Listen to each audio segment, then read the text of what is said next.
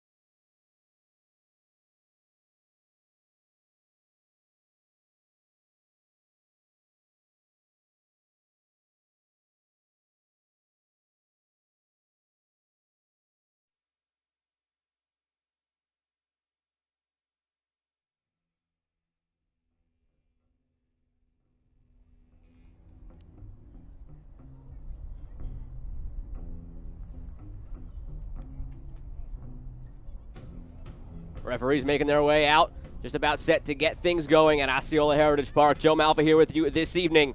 Toronto now in the southeast. New regional foe against South Georgia Tormenta FC. We take a look at the standings here in USL League One. Both these teams down near the bottom, 6 points apiece, but Toronto's done it in 5 games. Tormenta's done it in 8, but everything really bunched up in the middle. A win for either side, and all of a sudden you're vaulting up into that spot right near the playoff line, just below 6th place. Tormenta coming off the win, looking to keep that momentum going. Toronto, 3 straight draws after a win and a loss to open the season.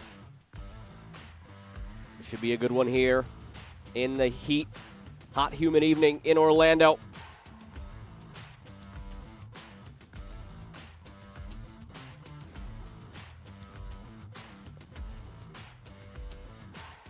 Ian Cameron, head coach for Tormenta, very excited about this back-to-back. This game, the first of 4 times these teams are meeting this month. He said it's going to be a chess match. Well, this is what he starts with. It's a wacky formation. I mentioned it at the top. It's really going to be interesting. They have a box midfield with 3 at the back and 2 wing backs, and O'Callahan and Thorne Liati atop the formation. I'll go through the details of that formation as the evening goes along, explain his rationale. On the flip side, Mike Munoz for Toronto, guiding this young squad. They're very happy to be in Florida, seeing some familiar faces once again in camp with the MLS side, whose staff and players are in attendance tonight. A couple of loanees from the MLS side, Silva, Priso, and Nelson in the lineup tonight for Toronto. Tired legs for a team that's playing a lot of soccer, but they get some reinforcements. And a weird quirk here, you've got Nick O'Callahan, who is the most experienced player on this field. It's a home game for Toronto on a field they haven't played on before. Tormenta played here last year, but O'Callahan played for OCB, so he's very familiar tonight down on that left side. Tormenta in the white, Toronto in the red. We're underway here on Wednesday night to kick off Week 10.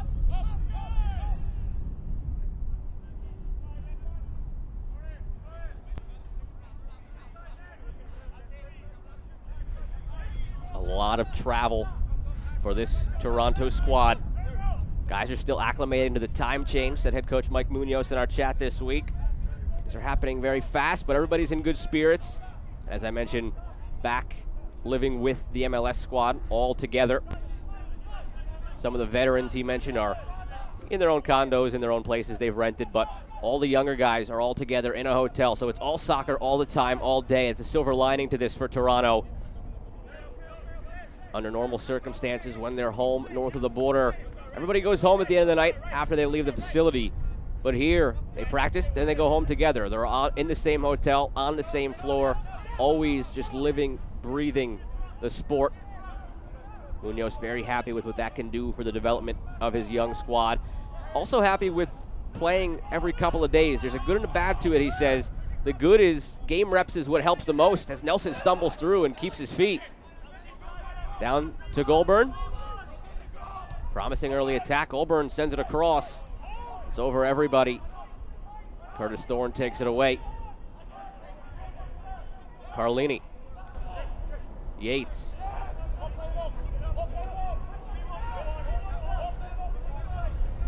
Munoz happy with the good of playing every couple days. Game reps are the most important, but the bad of it, there's not a lot of time on the training grounds to work on some things, conceptualize things.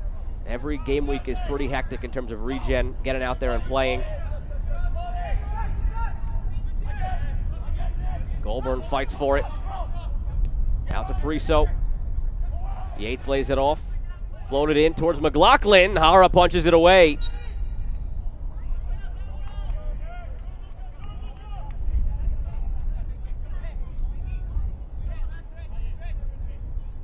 All the way back now to Hara to get things back into play. On the other side, Ian Cameron, he credited this Toronto team with all the talent they have. He went as far as saying there's a few guys who he's picked up on in film study that he could see in the MLS in very short order, and today going up against a couple of guys already with MLS experience, and Ralph Priso and Jaden Nelson on loan this evening. But he said that he thinks they can take advantage tonight of the fact that they're playing every third or fourth day. They had the long cross-country move from Arizona to Orlando, and they're playing again on short rest, dealing with the time change. Ian Cameron wants a goal early, and he feels they can get it. But right now it's Toronto controlling the ball, setting the tempo.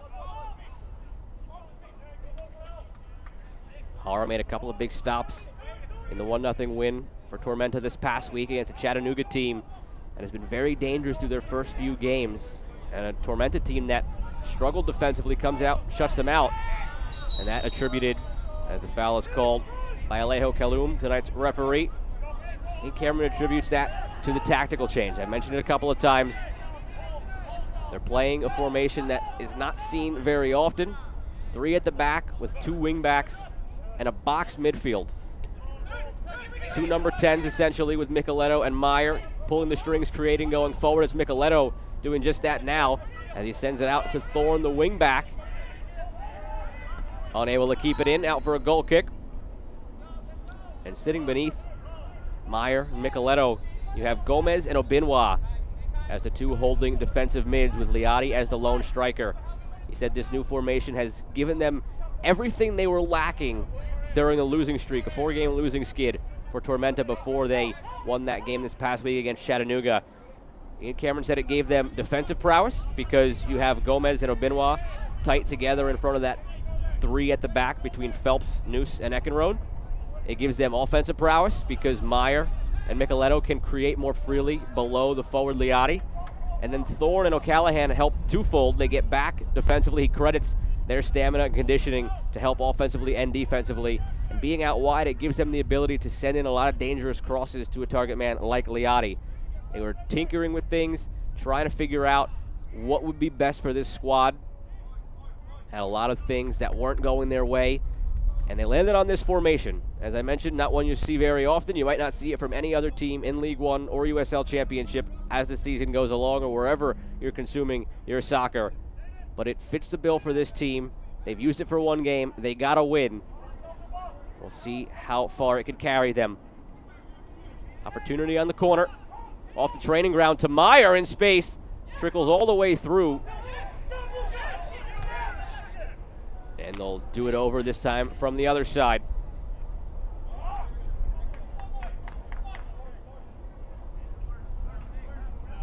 Tormenta second from the bottom in goals per game this season.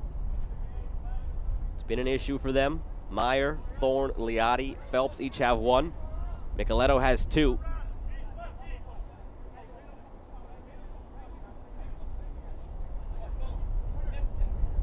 In swinger from the near side, towards the back post.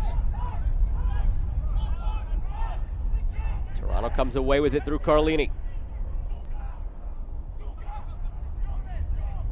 Somehow dances past Gomez and Micheletto, but a heavy touch from Yates. Recovered well down the far side by Petrasso. McLaughlin tucks deep.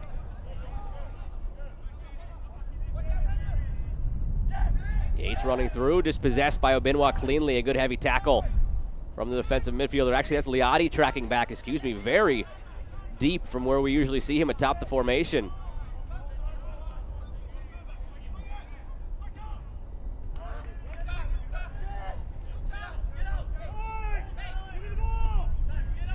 Eckenrode back for Sergi Noose. Obinwa floats it to Thorne. Takes a bounce off the back heel of Carlini.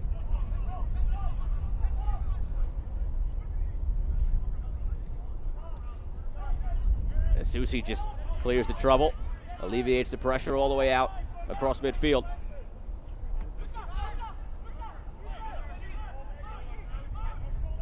Ian Cameron for Tormenta acknowledged that the 1-0 win over Chattanooga was not the most entertaining match of football he's ever been a part of in his career in the rain. But the luck finally went their way on a favorable bounce on that goal. Now they're trying to create some more of that. Looking again for Liotti, earning a 3rd corner. Just 7 minutes and change into this one. Dangerous surging ball put in by Nick O'Callahan. Liotti was there for it. Before it got through to him, Politz able to nod to safety. Munoz raved about what Politz has given them on the back line through a few matches this season. Another corner sent in near the penalty spot. Noose gets ahead to it, and it's finally cleared. 4th corner coming. Opportunities mounting early on for Tormenta. Can they get that early goal that Ian Cameron so desperately wanted? Meyer puts it in again. Headed towards goal, but into the hands of Kevin Silva. Tormenta knocking on the door. Silva making sure to keep it shut.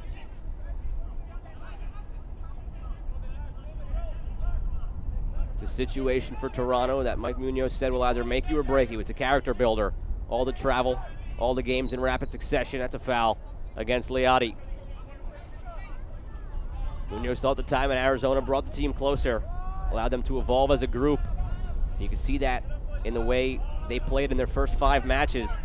They opened the season with a win against North Texas, but he didn't think it was a great performance. They found a way to grind that win out.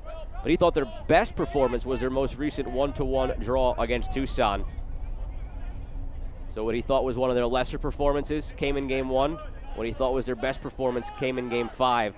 And he noted that's exactly what you want to see out of such a young team. Continue to get better each week. Evolve as the season goes along. And now a new chapter in this season as they shift to the southeast. They hope to be back north of the border entering July. Of course, still to be determined.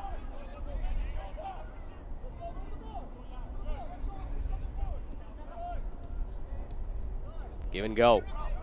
Back for Priso, playing it through to McLaughlin. Hara actually had some trouble with it, but corrals it in the end. 4 clean sheets, 49 saves, 2-time Team of the Week in 16 matches last season. Pablo Hara, one of the best keepers in the league. He's shown it through 2 years. Been under fire a lot this year. Ian Cameron noted a lot of the goals haven't really been his fault. He's doing all he can to help his team, but he's not going to be happy with that. Near giveaway at the back. Takes a favorable Tormenta bounce. It'll be their throw deep in their own defensive third.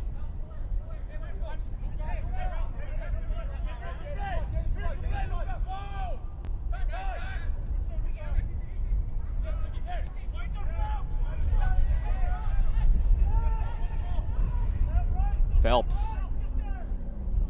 To show you how different this formation is in this roster for Tormenta from what they started with to now. Phelps was their center forward to begin the season through the first few matches.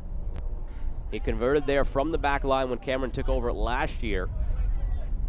And now back where he's most comfortable on that back line in this new formation.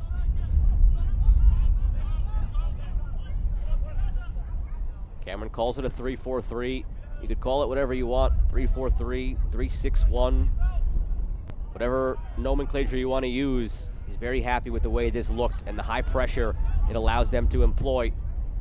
Meyer, Liotti, Micheletto. That top line for Tormenta. Liotti nearly forces a turnover. And they do take it away in the attacking half from Gomez. The run coming from O'Callahan down the left side, but Gomez goes centrally to Abinwa and back again. Give away from Meyer. Nelson. Battle with Gomez. It's won by the man in white.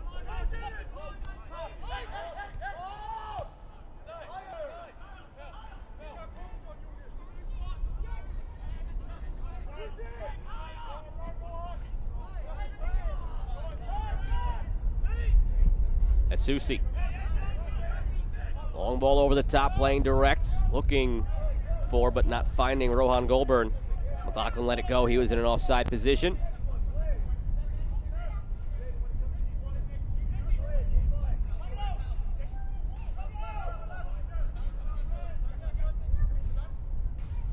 Michael Bradley in attendance for Toronto. I noted earlier on that the coaching staff, players from the MLS squad are all together with the League One squad here in Orlando.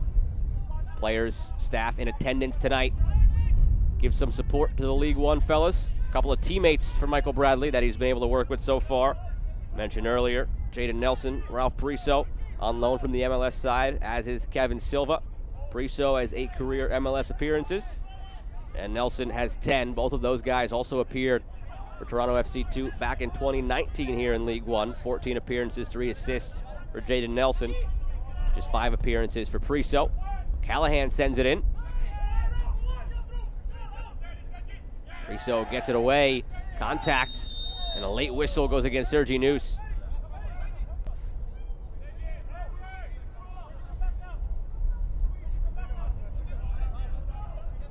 Since 1947, Select has been the leader in soccer ball quality and innovation. Select is the official ball supplier of the USL League One and many of the elite leagues throughout Europe.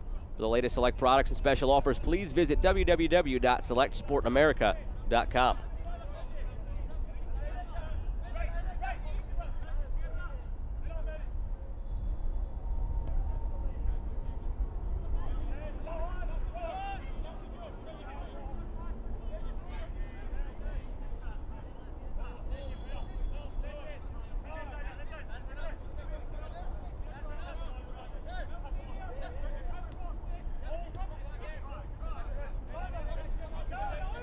One of the surprises, maybe not surprises, but that we've seen from Toronto early on is how well they've possessed the ball early on in the games against North Texas and Tucson. Munoz was content with just getting some share of it, maybe 35%, 40%. Then they started coming out and winning 60% of the possession, 55% of the possession, and they're getting comfortable on the ball, showcasing that here as they set the tempo again. But with the likes of Yates up top, McLaughlin up top, and tonight Nelson down the wing, it's a team that will play direct if it's there.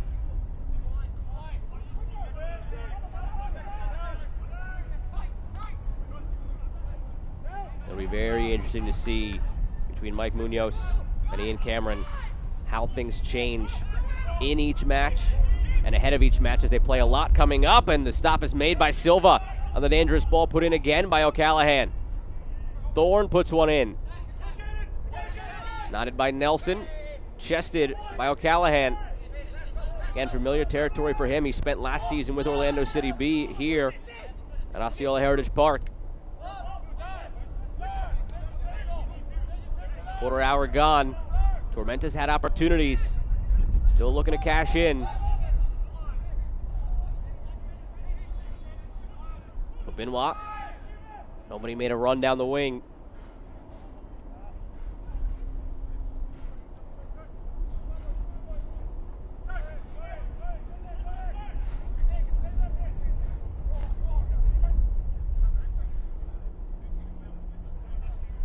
.23-year-old Kevin Silva from Bethlehem, Pennsylvania. 8 appearances during the USL League One season. Back in 2019, 2 clean sheets, 30 saves. John Conway, the MLS goalkeeper coach, is very happy with the way Silva's looked. And Munoz very happy to get him some minutes. With everything it seems so far this season, the travel, the tight schedule, there's a good and a bad to everything for Toronto. Same goes for being together again with the MLS team here in Orlando. The good side of that, they get players like Priso, Silva, and Nelson on a day-to-day basis. The other tough part of that, though, they lose some guys. Munoz noted that this week in training, for example, Chris Armas, head coach of the MLS side, in the morning said, hey, I need 5 guys today. So he takes 5 guys. And that could present the challenge in terms of the continuity. But so far, he said all of his guys have really embraced this challenge. They know the assignment, and they're living up to it. A chance to go forward. Player down still is O'Callahan jogging back into the play for Tormenta. Touch into space. Down to the end line. Options forward. McLaughlin looking for it. The noose doesn't allow it to get there.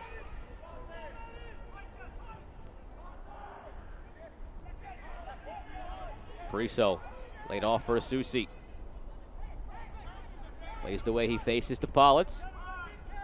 Yates dropping very deep for it. He serves as the second striker up top with McLaughlin, but tracks back to help the attack continue. And now Toronto settling back into that possession that they've showcased.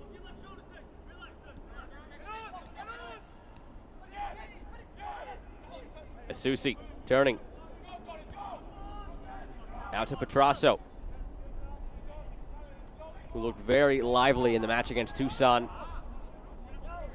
Spark plug down that left wing for Toronto.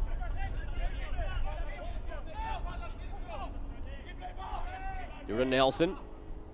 Second ball won by Priso. Finds Petrasso in space. And the flag goes up late for offside.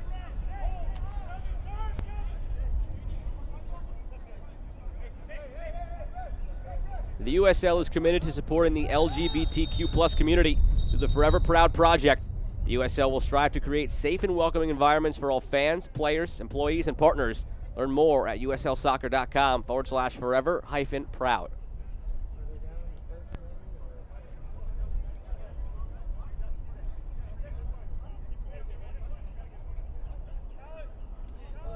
Toronto is yet to find any clear opportunities against Tormenta. No shots taken through 18.5 minutes.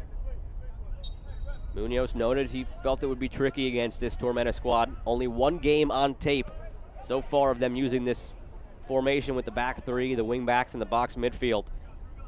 It's a system that he said he's never played against. And for him having never played against it, he said probably none of his players have ever seen it. Most of them in their late teens, early 20s. So a totally new look. They'll play again on Sunday, and then 2 more times near the end of the month of June.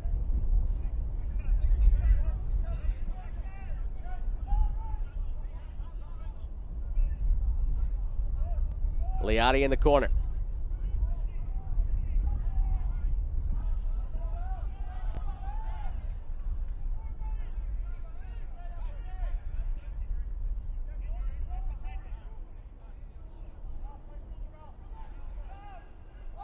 Thorne gets it back into play.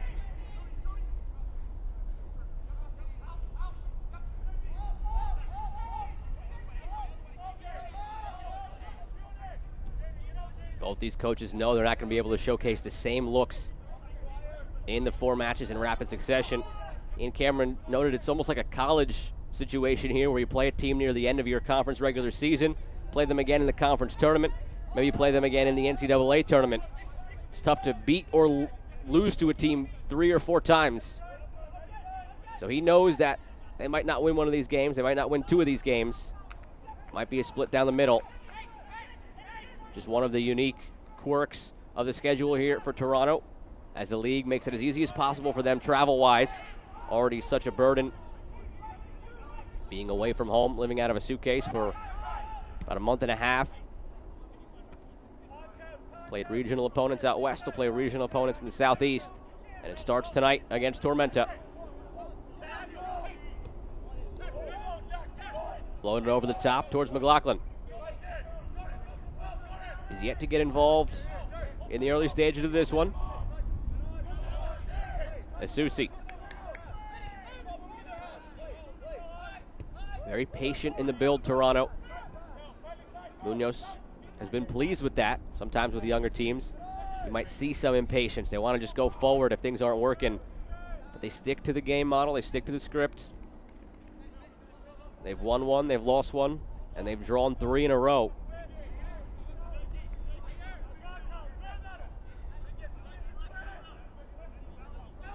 Maples. Calmly back again for Politz.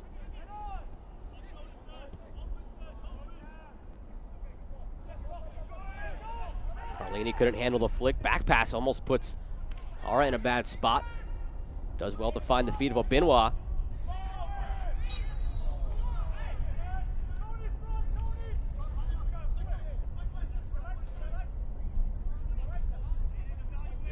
Ian Cameron wanted his squad to be aggressive early on. There's been some early goals in their game so far this season, either for or against. He knows how much that could change things. They had opportunities early, 3 shots, 1 on target, 4 total corners taken. On all of those were in rapid succession as well, coming in the span of maybe 2 or 3 minutes within each other. But nothing to show for it, and it's allowed Toronto to weather the storm, start dictating the pace of play with the possession. Through the middle, shot blocked as Goldburn comes all the way up from his right back spot to earn the corner. Wind whipping at Osceola Heritage Park. You can see it out there on the corner flags. Joe Malfa here with you this evening. Priso ranges forward. One of the 3 MLS players on loan tonight for Toronto FC 2. One of the others out there to take the corner, Jaden Nelson. Had 3 assists during the 2019 season. Played 14 matches for Toronto. Floated in and knocked away by Eckenrode all the way back.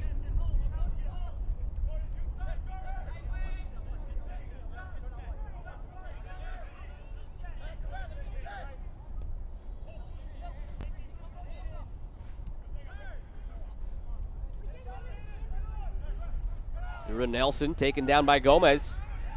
Cleanly. Micheletto, like McLaughlin on the other side for Toronto, has struggled to get involved early on in that creative number 10 role for Tormenta. So much of the attack typically flows through him. But they haven't found him yet. And Toronto's still looking for McLaughlin. That one too far out in front.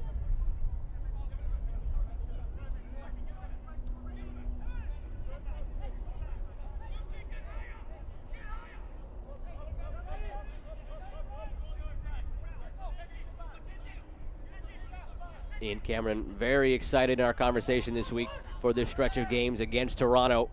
Forget his role as a coach. He says purely as a fan of this game, he loves playing against MLS affiliates because you get to see what the future looks like. You just hope you beat whatever the future looks like. This one sent in towards Liotti, and it's knocked away. Coming through the back of Carlini was Thorne for the foul.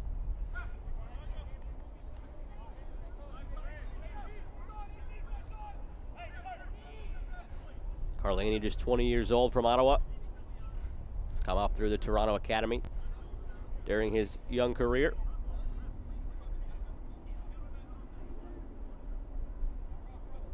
Kevin Pollock, 25 years old on the back line, is the oldest guy you'll see for Toronto unless Caleb Patterson-Sewell comes into the goal. But tonight it's Kevin Silva, 23 years of age.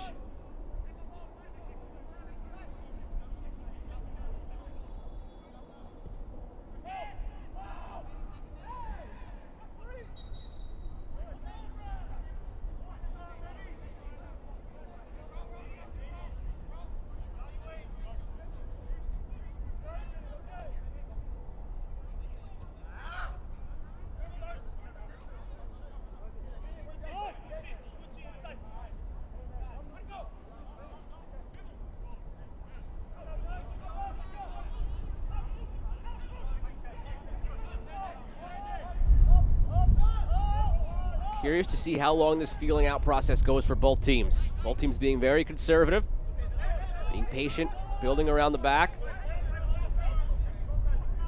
Neither top lines have had too much to do. Neither back line has had too much to do. Game largely being played in the middle of the park.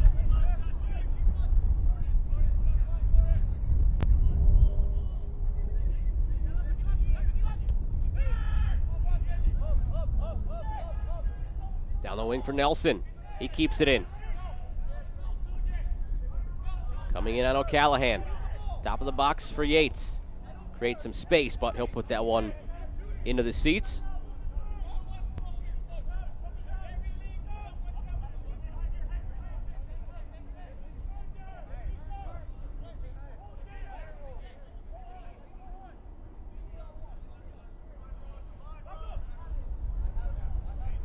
Yates has appeared now in all 6 games so far this season for Toronto, 4 times as the starter. For as many guys get involved for Toronto that they've had early in the season, and for all the rotation with the games in rapid succession, there is a good group of core guys that are emerging. Nelson enters, ranges forward. McLaughlin keeps it in. Munoz confident in about 14 or 15 guys interchangeably, where he has the utmost confidence in starting them. And they get another corner out of it on the far side.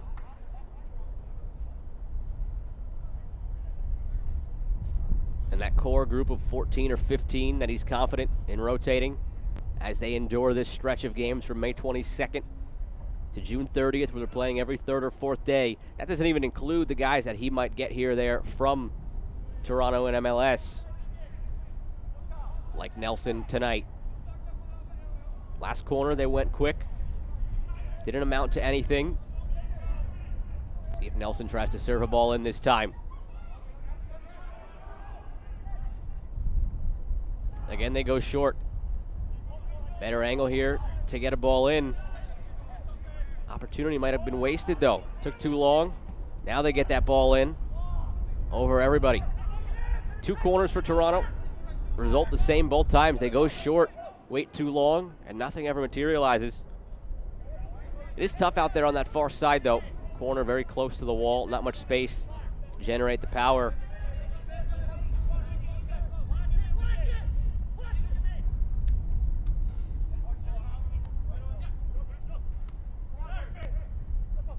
Priso. Asusi. Sees he has space, takes it, and the shot, but puts it wide. Positive signs from Toronto. At least starting to get things towards Pablo Jara. Now 3 shots, but still haven't seared any of them on target.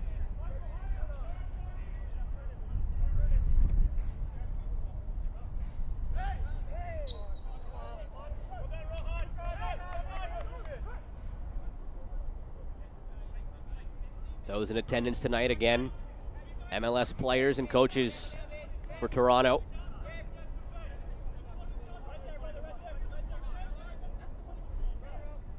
Biggest upside to being here all together again for Mike Munoz. Just very happy to see familiar faces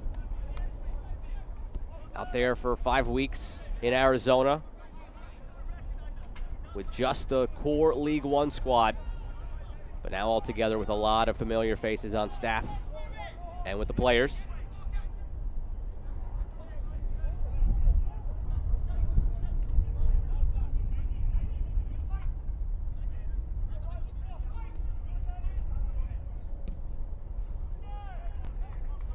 Phelps just blast that one down. Not sure where exactly it went out, but it'll be a Toronto throw. We'll see how far up the field they venture.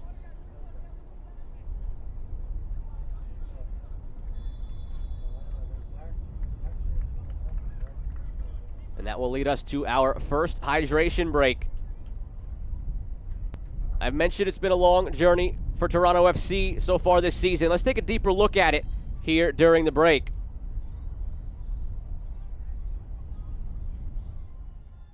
The travel for Toronto FC2 started, obviously, in Toronto. They go southwest all the way out to Arizona, around 1,900 miles. They spent around a month out there. The results, not too bad either. They started off with a win against North Texas. Then they played a couple against Tucson, North Texas again, and Omaha. The league did them a favor. They kept the schedule regionalized to those 3 teams. Toronto comes out of it with a win, a loss, and 3 draws. And that's it. They ditched the Southwest. They ditched the desert for the humidity and the theme parks of Orlando, Florida, coming 1,850 miles east. The hope is to only be here until the beginning of July. That is still to be determined, but for now, making their home in Orlando. And for the next month, they only play South Georgia Tormenta and Fort Lauderdale.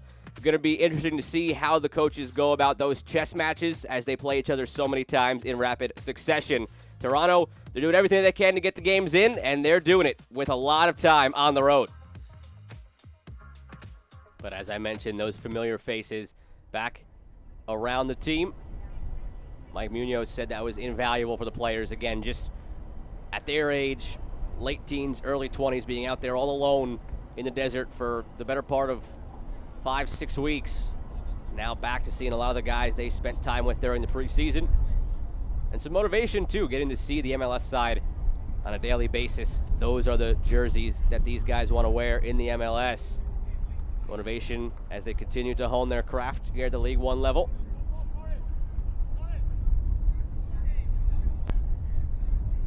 So far into the hydration break, not much doing for either side.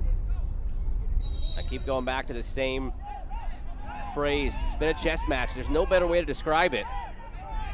They continue to just feel each other out. The first of 4 matchups between these teams in 21 days. They'll play again on Sunday.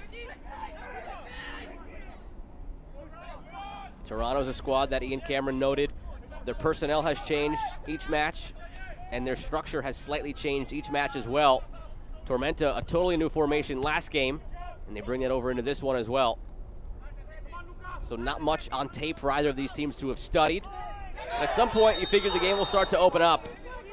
And this will put a jolt into things. A yellow card issued to O'Callahan on a run from Nelson down the wing. Got the better of him. First player into the book tonight.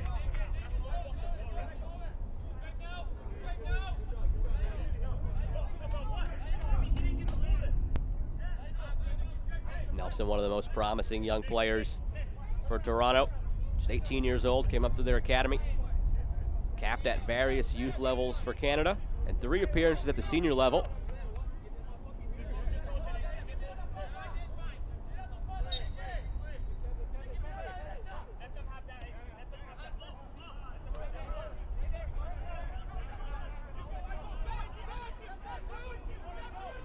High pressure coming from Tormenta. Liati forces Silva to just get rid of it.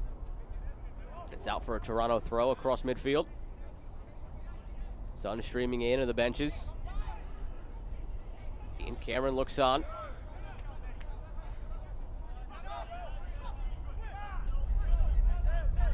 You wonder what's going through the minds of both of these coaches. What tweaks do you make? What do you want to already show here in game one, knowing that if you show it tonight, you might not want to show it on Sunday again.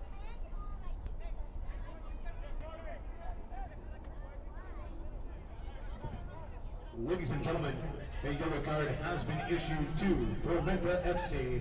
Number 2, Nick O'Callahan. Yellow card occurring in the 34th minute. Asusi.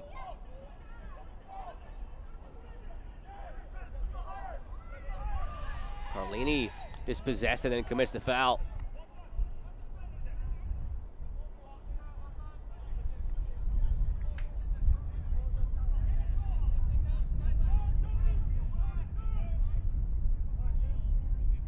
Benoit hobbling a bit after that challenge.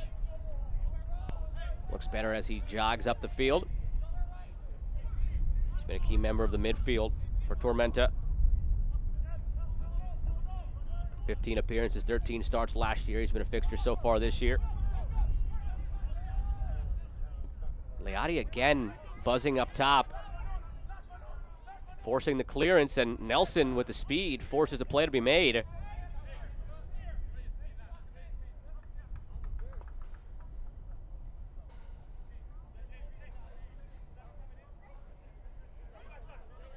Callahan's going to have to be very careful down that left side now for the remainder of this one.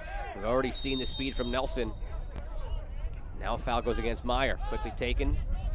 Toronto right back on the attack. Asusi.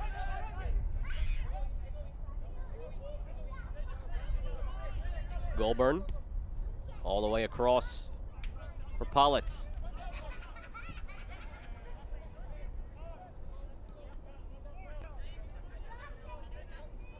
58-42, possession in favor of Toronto. They've controlled the pace. They control it now. Surging run forward by Maples. Turns the corner. Tries to center it, but it's cleared.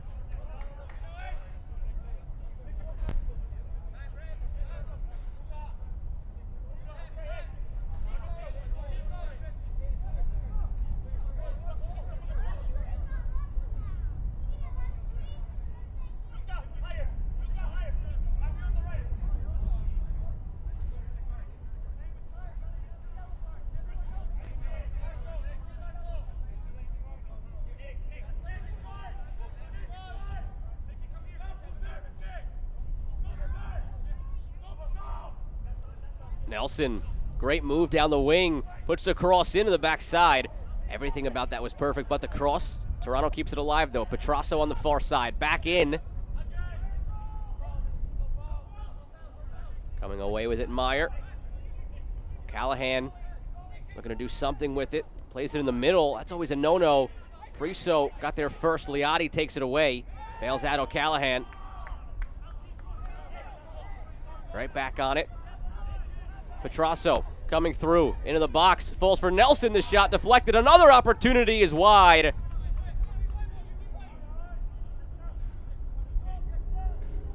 Nelson sparked that whole thing and nearly finished it off, but just put it wide of Pablo Jara's goal.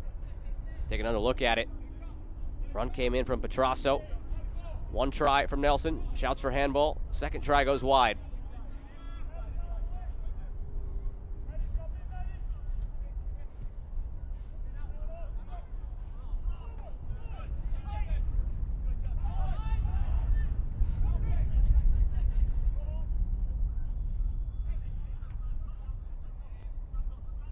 Floated over the top towards Thorne. He hasn't been able to get involved since the early stages of this game either. We'll see what Ian Cameron maybe says in the locker room or tweaks coming out of the locker room to get things going offensively. Haven't called Micheletto's name a lot. Haven't called Meyer's name a lot. Quiet night from Thorne.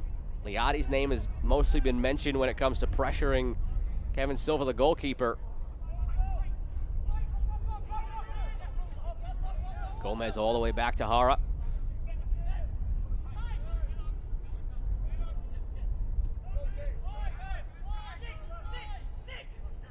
Eckenrode. Nobody makes the run again. It's an easy gather for Kevin Silva. Take it back into the box. Few minutes to go here in the first half. 4 shots for Toronto, 3 shots for Tormenta. 1 combined shot on target belongs to Tormenta. Possession now nearing 60-40 in favor of Toronto. 2 teams meeting for the first time this season. 1 of 2 meetings this week, 1 of 4 meetings in the next 3 weeks. They'll play again on Sunday in Georgia.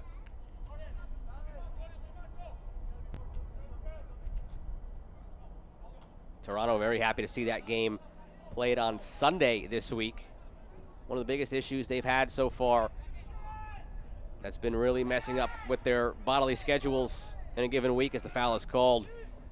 Gomez takes a tumble. One of the biggest hurdles for Mike Munoz and crew is just getting into a routine. Typically they'll have a game on Saturday, a regeneration day or a day off for the starters on Sunday, another regeneration day with some light work on Monday. Then it's match day -1. Not much they do practice-wise or prep-wise in a given week because of the way the schedule is. And then they lose an extra day typically in that exchange between Wednesday and Saturday. But this week able to keep the same schedule for both match days, playing Saturday, Wednesday, Sunday. And the other added benefit of playing Tormenta again is they won't have to waste much time in the coming days on preparation for the opponent. All that homework's been done already. They'll just go back and review this game and see what might be tweaked.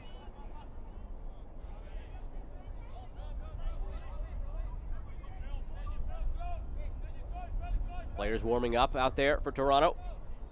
A lot of options for Munoz to try to bring a change to this game. 2 to highlight, Themi Antonoglu and Kosi Thompson. He was very happy with what those 2 guys have brought offensively for this Toronto squad. Antonoglu has 2 goals, Thompson has 1, and they both factored into others as well.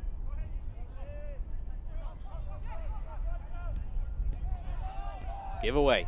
Priso keeps it on the wing, has options in the middle, looks to get it towards Nelson, but a nice job dragging that foot across by Thorne to deflect it.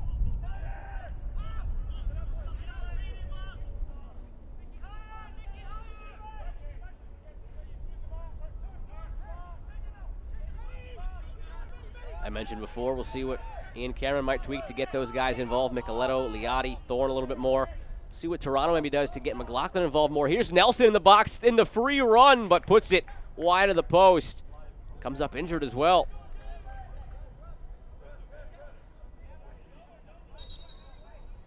Clearest opportunity of the night so far for Toronto. Still looking for a shot on target. Now that's 6 in all. Great job by Eckenrode to close down that space as he came flying in.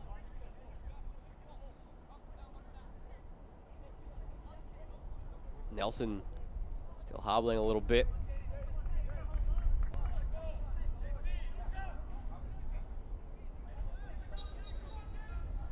The Eastern Conference takes center stage when the USL on ESPN continues on ESPN Deportes Tuesday, June 15th. It's a clash of Midwestern powers as Indy 11 look to continue their hot start, welcoming perennial playoff contenders Pittsburgh Riverhounds SC to the mic. Catch the pair of beasts of the East on Tuesday night with kickoff scheduled for 8 p.m. Eastern on ESPN Deportes.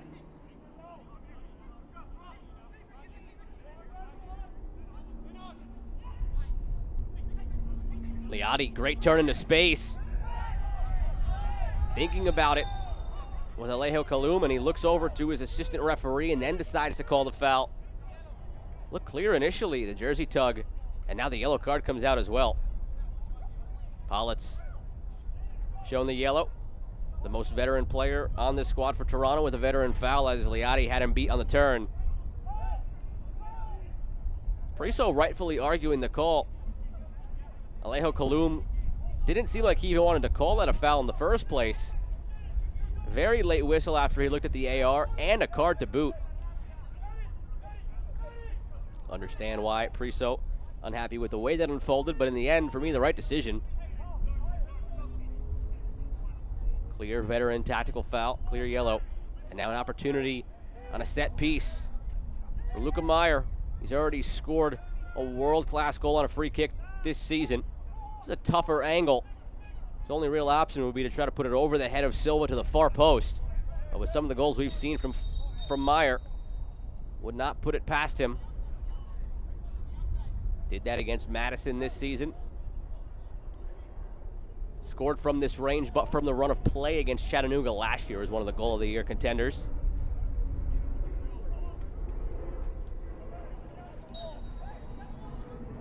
A cross or a shot from Meyer. It's a shot, and he puts it wide. No trouble at all for Silva. Saw it the whole way to his near post. Number 64, Kevin Pollock's yellow card occurring in the 44th minute.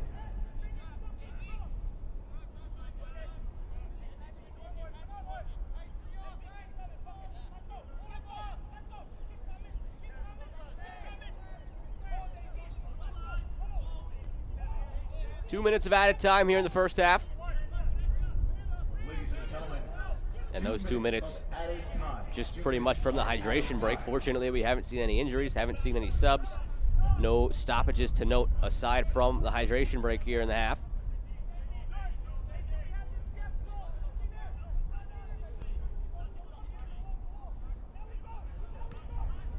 Good step from Thorne. Put it too far past Micheletto.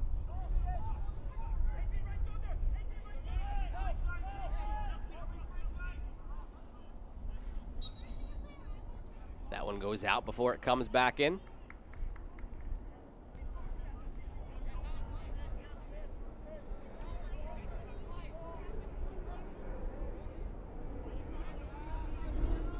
It'll be very interesting to see how these teams come out in the second half. There's certainly tweaks to be made for both squads, but at the same token, for both coaches, how much of your alternative game plans do you want to show here in game one? A 4-match month between these two teams. They'll play again on Sunday. Mike Munoz will be looking to get Garrett McLaughlin more involved. But right now the concern, Goulburn holding the right leg.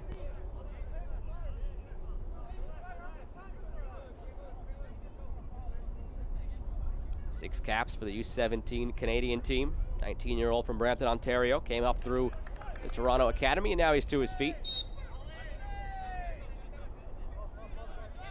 On the flip side then for Tormenta, what will Ian Cameron do to get his top line more involved?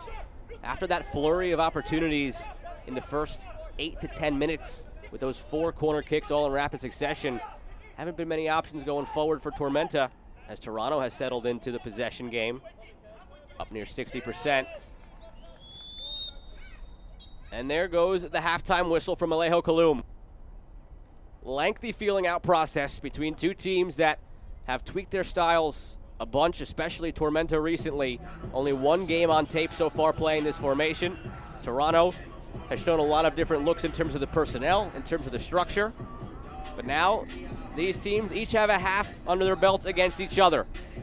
This game is sure to open up a bit more in the second half as things get going. There were opportunities early on for Tormenta, a couple later in the half for Toronto.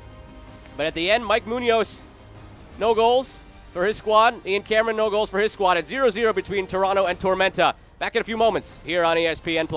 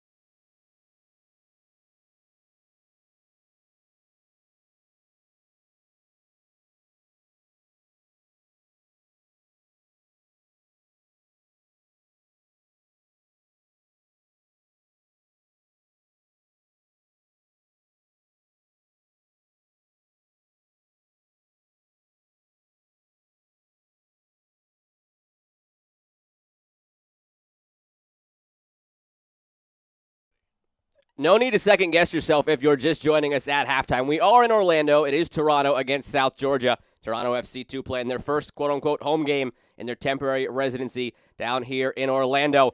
Before we get back to half number 2 of this game, we take a look at what was an exciting weekend of goals here in USL League One. We had 14 of them in all. We start with Toronto in the last edition, second leg, if you will, of the Desert Derby. The first one was won 2-1 by Tucson. To start things off, the goal scored by Themi Antonoglu gets things going. Just a few minutes later, Gio Calixtro gets his first of the season for Tucson. Ends a 1-1 draw, and then if you want to go that way and continue with that motif, that little mini rivalry, temporary rivalry though it was won by Tucson. They won the first, draw the second. Then we go to Richmond. First things first minute of the game, Bolduc gets the goal. This one had a lot of them, 5 of them in all. When these teams played here last year, it was a 4-0 win for New England. Not to be the case this time around. No Buck ties things up with his second of the season. Juan Pablo Monticelli gets his second of the season. Both of them coming on headers off corner kicks, going this direction against New England. So lightning strikes twice for him. And then last year's Golden Boot winner from this week's Player of the Week, Neil Vignoles, Emiliano Terzaghi, gets his third goal of the season, staying in this Golden Boot race just 2 goals back. New England would pull another one back from Pierre Caillet, but they would fall 3-2 against the Kickers. Second time this year New England has lost to the Kickers. And now in the rain, down in South Georgia. Tough game for Chattanooga. They were thwarted a couple of times by Pablo Har, and then on the other end, a favorable bounce right to the feet of Azad Liati. Gets the tap in. 1-0 victory for Tormenta. It stops a losing streak for them. They get back on track. That's what they needed to help hopefully lift them into the later stages of this season. North Carolina, Fort Lauderdale. It's been a struggle so far for North Carolina since they've joined the fray. Early goal scored for Fort Lauderdale by Curry. Now, a name that you are very familiar with so far this year on the score sheet almost every single game. Selmir Miscic, already 3 goals for North Carolina. All the guy does is score. He is right in the thick of that Golden Boot race as well. For all the struggles they've had as a team, he hasn't had any. One of the things they've struggled with, the late goals. And this one belongs to Edison Ascona. 90+1 gives Fort Lauderdale the 2-1 victory. We end the weekend on Sunday. Omaha, Madison, they met once already this year. Omaha coming into this one looking for some revenge. This one takes a funky bounce. It ends up going down as a Tyler Allen own goal to put Omaha up early. But it wouldn't be that long before the equalizer would come from Jake Keegan. He's right there in the Golden Boot race. Marios Lomas of Greenville, shout out to the Triumph, who joined back up this week after some time off. He leads the way with 5 goals. But Jake Keegan, former Greenville Triumph member, right there with 4. And then Amir Ali Hodzic gets what turns out to be the winner for Omaha, a 2-1 victory up in Madison. What a week it was. What a week we have coming up. Back to half number 2 of South Georgia and Toronto in a few moments.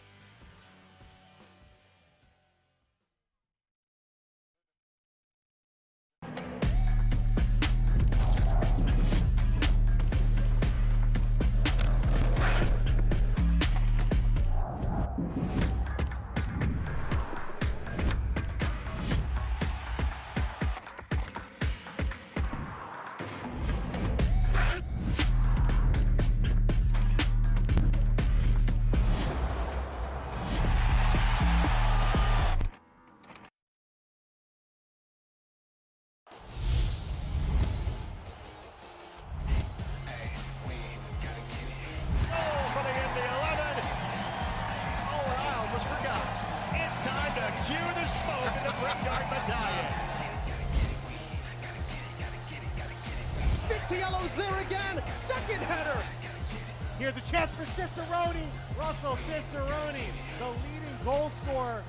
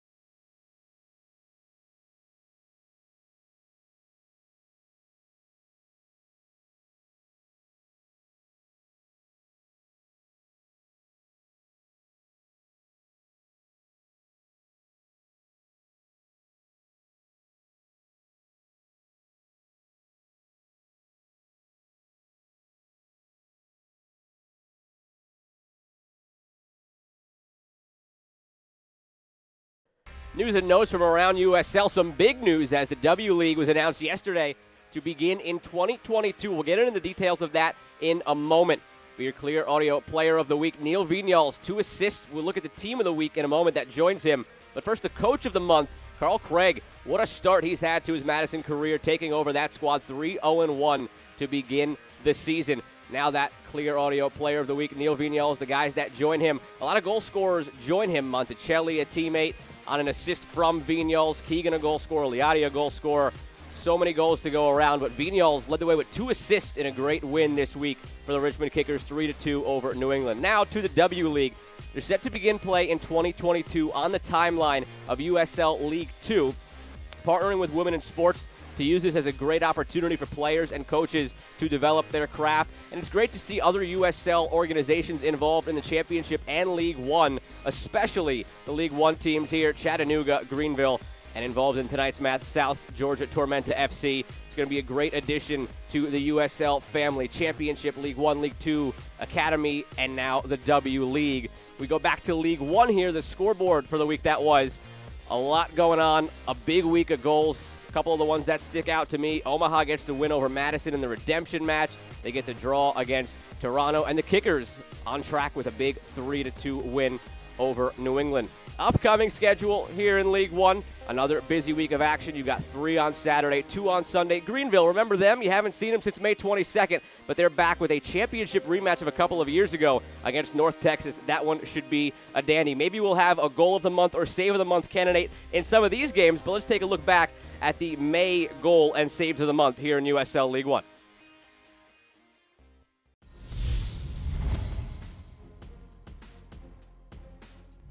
Over the top, Keegan has Fuson with him. Keegan, McGuire, and it's in on the follow-up!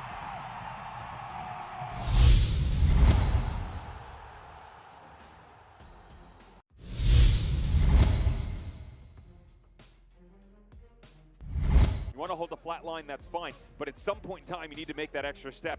Firmino provides that balance. Stolen by Lomas. Lomas dicing through now. McLean knew who is there.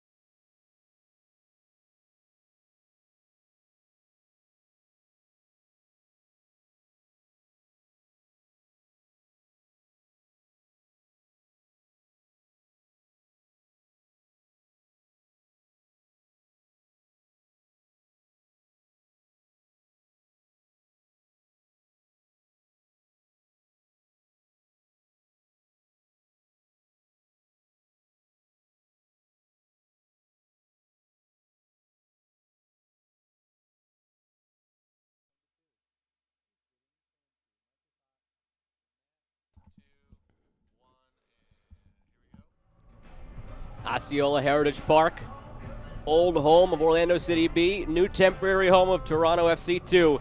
Scoreless at the half against South Georgia Tormenta FC. Joe Malfa here with you. We take a look at highlights from half number 1. These teams really early on tried to feel each other out, and for much of the half, there was a bit of a flurry right around the 8 to 10 minute mark for Tormenta. Hara early on had to come off his line to punch out a cross. Didn't have to do too much else for the rest of the half. Actually had to do nothing else. He had no saves in the half. Came out to maybe get one more cross. This is around where that flurry started for Tormenta. O'Callahan lively on the left, puts this one in, just nodded away off the top of Pollitz's head before it gets to Liotti. He was waiting there at the back post. Then in the 15th minute, again, chances started to mount right around this time for Tormenta. They had 4 corners in the span of about 3 or 4 minutes. O'Callahan puts this one by to the far side, but it was Silva diving to knock it away again before Liotti gets to it. 6 shots, none on target for Toronto. 4 with 1 on target for Tormenta. Possession heavily in favor of Toronto. A young side that has uncharacteristic patience for a side this young. Really working their way around the back through the midfield, sticking within their game model. Build up play from the back, but it is yet to yield a shot on target. We'll see how things go early in the second half. Mike Munoz for Toronto, Ian Cameron for Tormenta. The head coaches have plenty of buttons they can push, but which ones will they push? These teams will face each other 4 times this month, again on Sunday. So how much do you want to let out from your game plan? Abuccio Benoit is checking out of the match. Vincenzo Candela entering. We saw Benoit howling a bit late in the first half. Obviously can't speculate on whether or not that has anything to do with it. Something to keep in the back of your mind. Hope everything is all right, and it's just a tactical sub.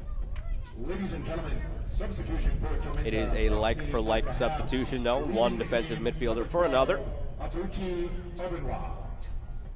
He is replaced by number 99, Vincenzo Candela.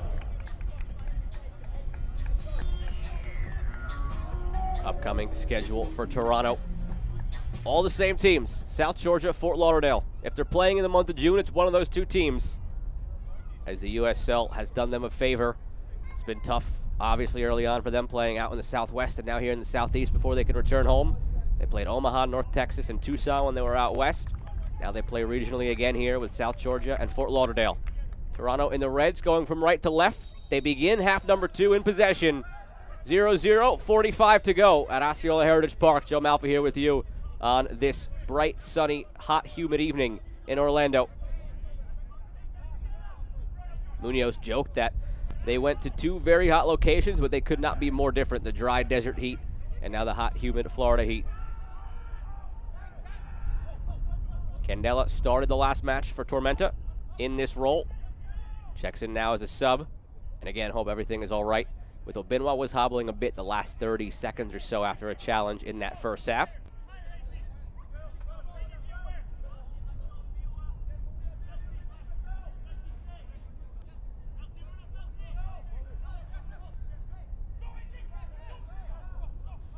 Pollitz plays it back.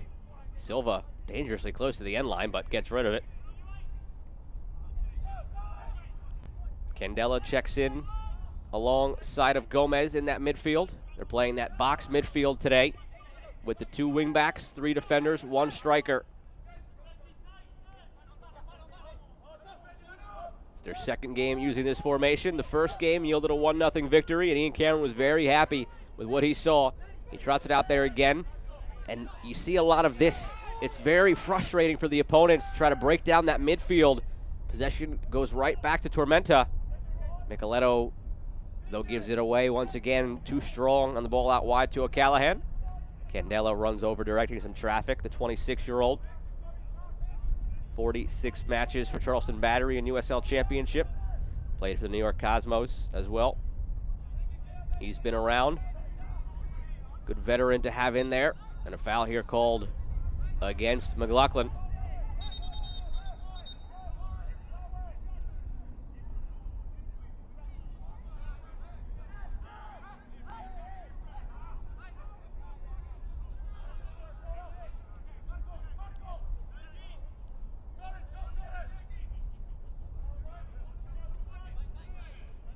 Micheletto.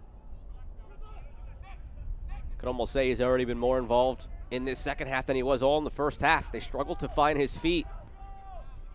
But he's had a handful of touches already, just 2 minutes into this.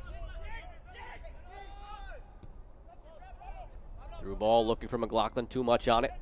Hara never afraid to use his feet out of his box, but just knocked out for a throw by Noose under pressure.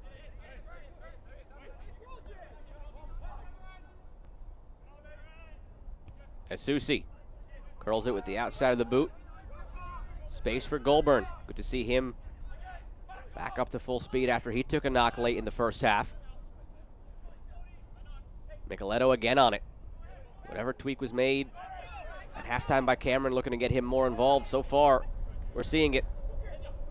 But a bad return pass from Candela, and Micheletto puts in a heavy challenge. Alejo Kalum sprints into the mix. Get the sense a card might be coming out of the pocket here against Micheletto. Very heavy tackle on McLaughlin. Kalum jogged in with some vigor, and see if the card is issued. Got the left boot up into the leg of McLaughlin after the heavy pass by Candela.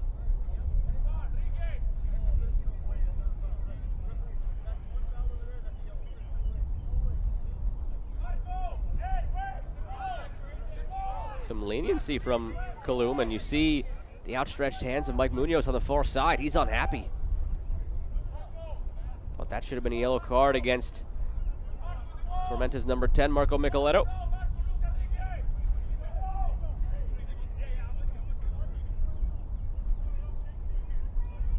Who, for an attacking midfielder, actually led the team in yellow cards last year. No stranger to being involved in exchanges like that.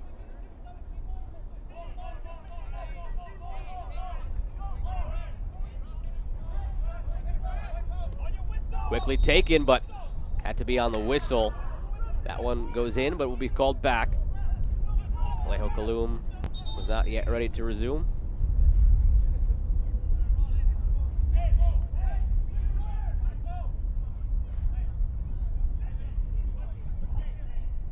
Nelson positions it. Goulburn there as well. From straight away here, it's tough to float in across. No real angle for it. See if they maybe use Carlini on the wing. He's got a lot of space. He can get a ball in from out wide.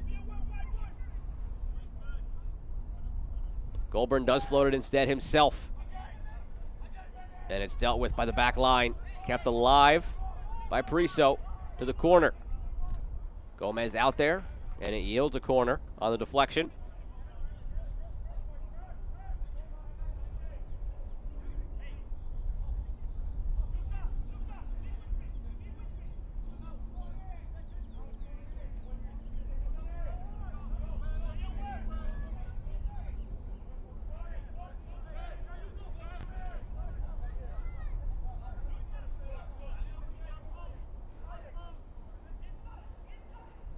Goulburn to the top of the box, headed towards goal. That's not going to trouble Pablo Hara, off the forehead of Luca Petrasso.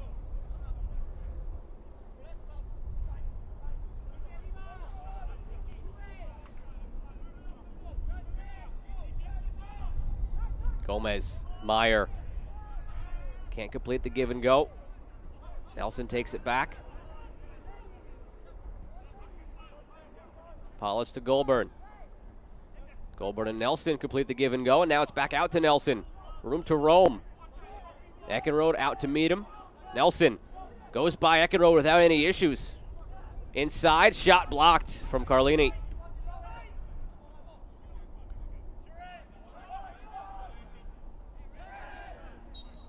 Contact from Liotti.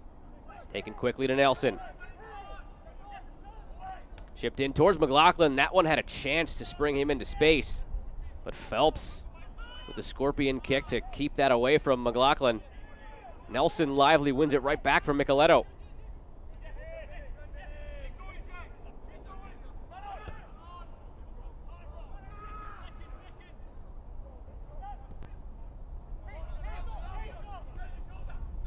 Petrasso leads Carlini down the left wing. Noose out there against Carlini. Good touch from Carlini to the end line. Somehow stays in on the backspin for Hara. Looked like Toronto was going to have another corner, but takes a fortuitous bounce for Tormenta.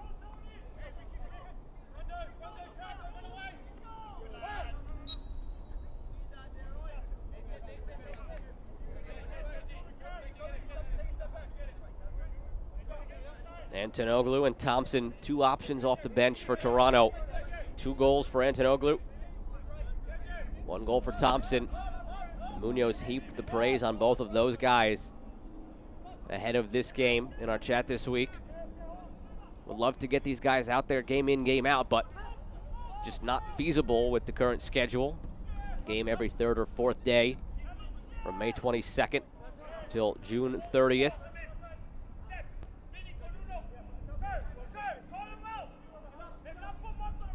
Unfortunate side effect of their season starting as late as it did on May 22nd. But they always knew what the challenge was going to be.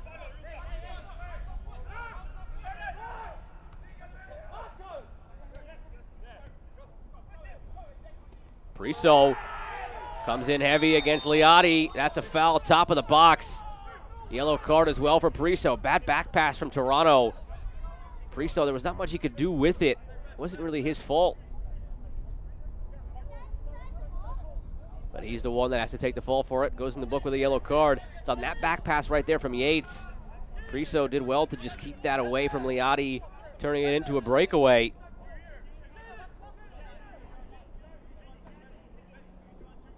Ladies and gentlemen, a yellow card has been Now this issued to seems like it would be Toronto Luca FC. Meyer territory, and he does position it. Priso. Scored a free kick from right around here against Madison a couple weeks ago. Earlier in the first half. Had an opportunity on a free kick that was maybe about 10 yards further back and to the right than where he is right now. But this is prime position. Kevin Silva positioning his wall.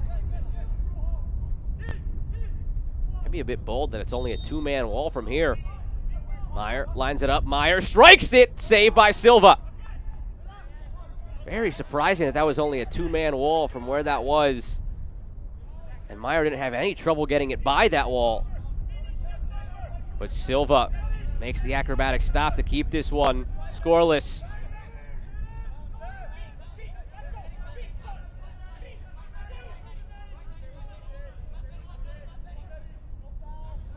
Liotti. Back to Thorne. Takes a deflection on the way in.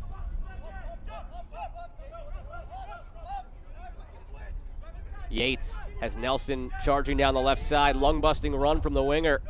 Lays it back. Inside from Priso.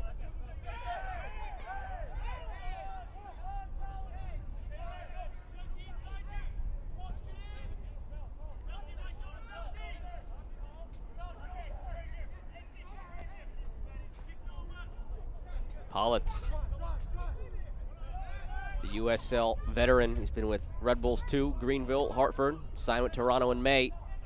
A rock at the back so far. Now down the right wing. Floated into the middle towards Yates. It falls for Yates. Off the top of his head. Took a weird hop.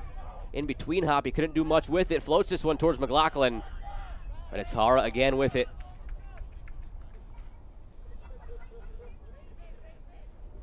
We touched on this at the start of the match, how this formation helps Tormenta defensively. Look at all this collapsing back. You saw the wing back, Thorne getting back. You saw Candela in as that second defensive midfielder alongside Gomez getting back. It's a seldom used formation. Mike Munoz noted that he, as the head coach, has never seen it, and he noted that his players in their late teens and early 20s have also likely never seen it. It'd be tough to adjust to. It's going to be tough for all teams in this league to adjust to if they keep at it as the season goes along.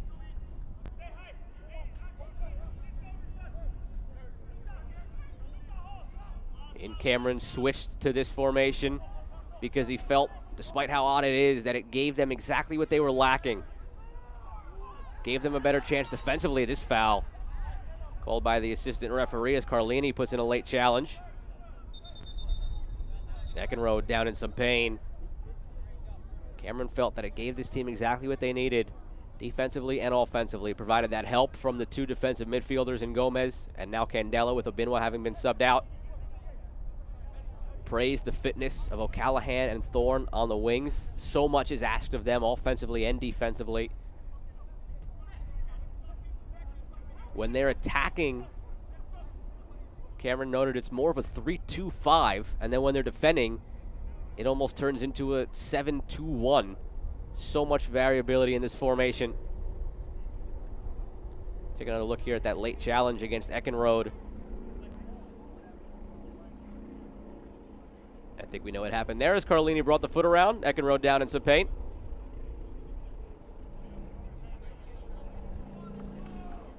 Looks like Toronto is preparing at least one sub on the far side.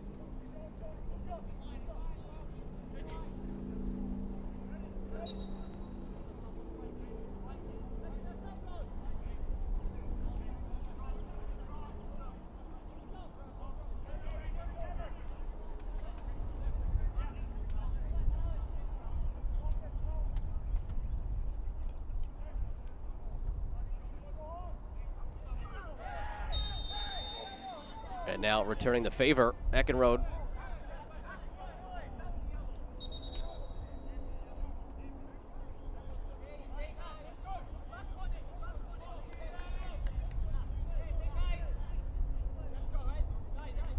On the road, can't watch the match? Turn on Sirius XM FC, North America's only 24/7 source of soccer radio, featuring Ray Hudson, Tony Miola, Rodney Marsh, and the brand new USL All Access, featuring Mike Watts and Devin Kerr every Tuesday at 7 p.m. Eastern. Fans of the USL can now listen to the best matches of the week, along with action from MLS to Premier League, UEFA Champions League, and more on Sirius XM FC channel 157 on your Sirius XM radio and the Sirius XM app. Takeaway in the middle from Gomez. Picks his head up, looks for Micheletto, finds Micheletto. Good touch, takes him into space. Waits for help. Micheletto in the box himself. Micheletto, the strike deflected past the far post. We'll never know where that would have ended up if not for the deflection.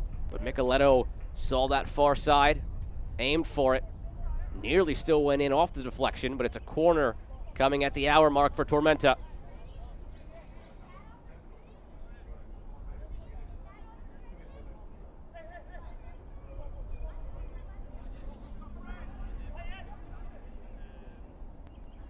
Meyer to take. Floats it in towards the near post through a crowd of bodies. Kevin Silva somehow comes away with it. An hour gone at Osceola Heritage Park. Joe Malfa here with you this evening on ESPN+. Toronto, Tormenta, starting a pretty lengthy series here in June, with Toronto now moving to the southeast, playing regional opponents in Fort Lauderdale and Tormenta. Their first of two matches this week. They'll meet again on Sunday and then two more times before the month ends, and Toronto hopefully heads back north of the border. Sub coming now for the Young Reds.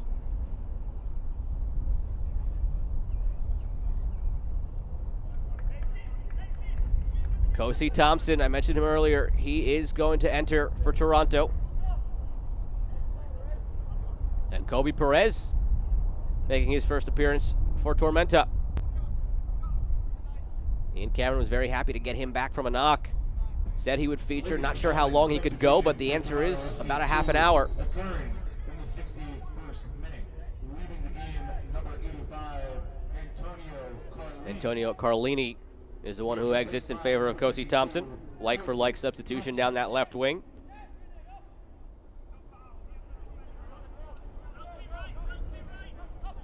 And then on that flip side for Tormenta, mentioned that it was only about a half an hour or so that we now see where they felt Perez could go coming off of injury. For Liotti, he's been dealing with a little bit of a knock as well. Ian Cameron wasn't sure exactly how long he could go, and the answer to that question is about an hour. So a good opportunity to swap two guys unable to go a full 90, but combine them for a full 90. That might change things up a little bit in terms of the formation. Not the formation, but in terms of who is positioned where for Tormenta. They'll stick with that 3-5-2, 3-6-1, whatever you want to call it. But going forward, I would presume is Luca Meyer a bit. You see him there. With Perez perhaps going out to the wing.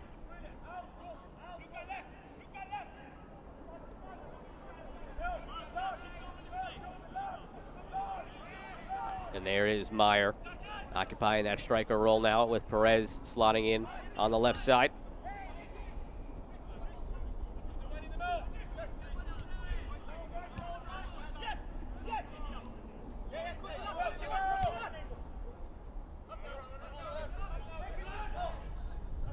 Perez scored 3 goals and had 3 assists for Tormenta back in 2019 in League 2. Spent part of last season with Union Omaha. Now back with Tormenta and back healthy out on the field.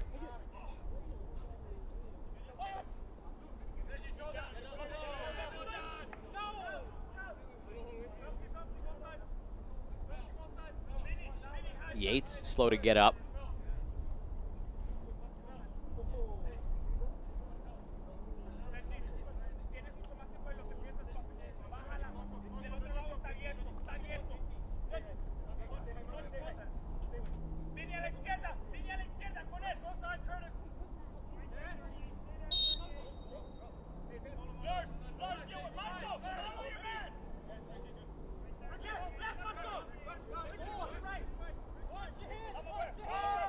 McLaughlin holds up play, back to goal, lays it off. Priso, he's controlled the middle of this midfield today for Toronto, on loan from the MLS side. He's made 8 appearances in his young MLS career. That one cleared into space. Opportunity down the wing for Petrasso to get a cross in. He tries it, but it's right at Hara. So much so that he actually has to tap it away. Otherwise, that might have been in the net.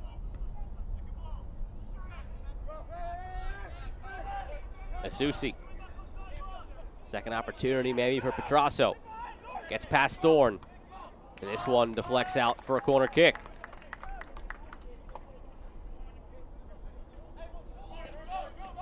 Here's a look at that first cross from Petrasso.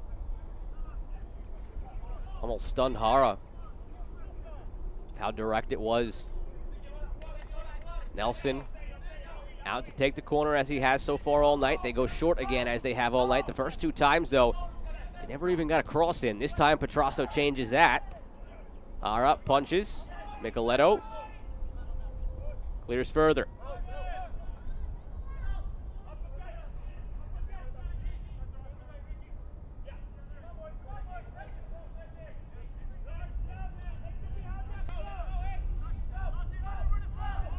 Big week coming up.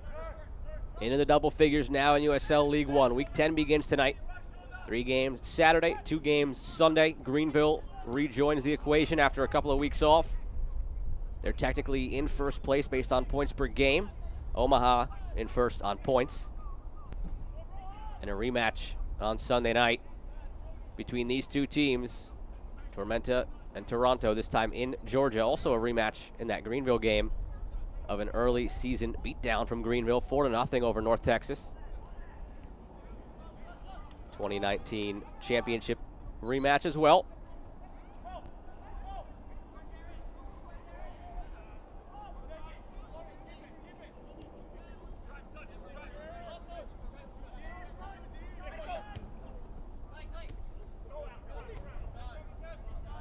This game has opened up a bit here in the second half.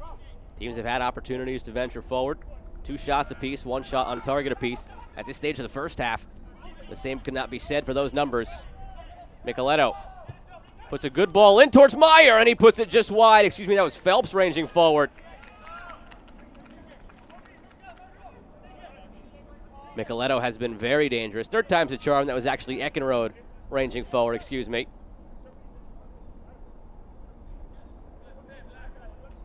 Going into the half, I was wondering what Ian Cameron might do to change the look, get Micheletto more involved. Didn't really call his name a lot in that first half, but been calling it on repeat here in the second half. He has settled into this game.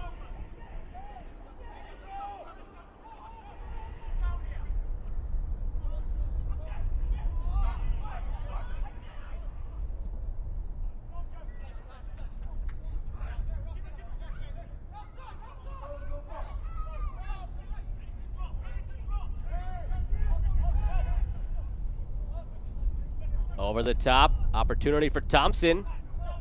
Gonna center it for McLaughlin, and Noose clears. A couple of more subs preparing for Toronto as Mike Munoz looks to change this game further.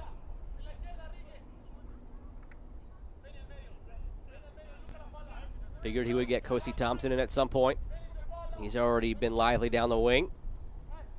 Thami Antonoglu, the other player, I was wondering when he would enter the fray. Seems like he's going to be checking in alongside of Julian Altobelli.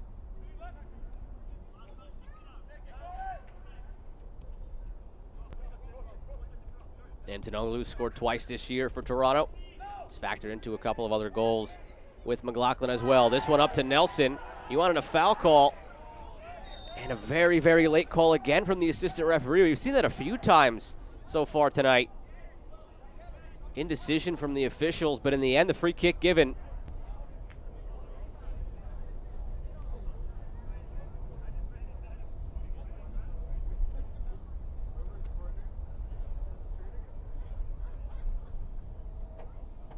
Again, it seems like the right call. O'Callahan grabbing the right arm of Nelson, holding him back.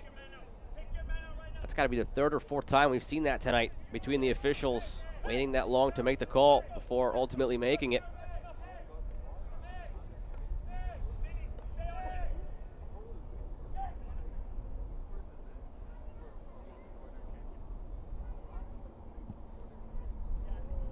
McLaughlin, Nelson, talking about it. Petrasso there as well. We've seen his left foot on display tonight. From this side, probably better suited for the left foot of Petrasso. He gives a nod to Nelson.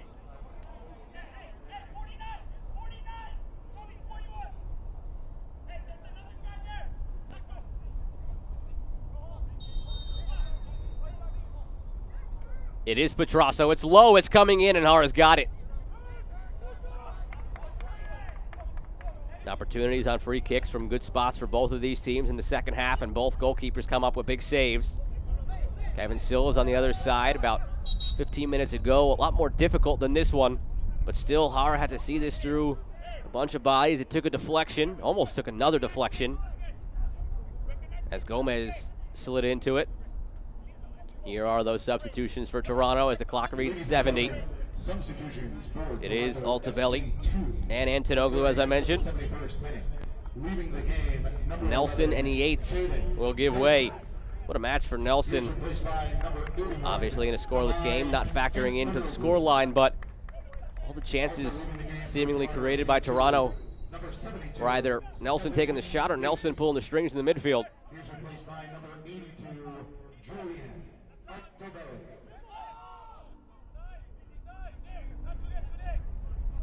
Imagine Antonoglu will be atop the formation alongside McLaughlin as his strikers, with Altobelli slotting into the midfield, taking the space that was vacated now by Nelson.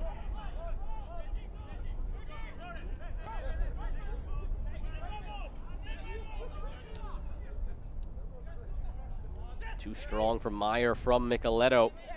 But Micheletto does well to win it back. Only briefly.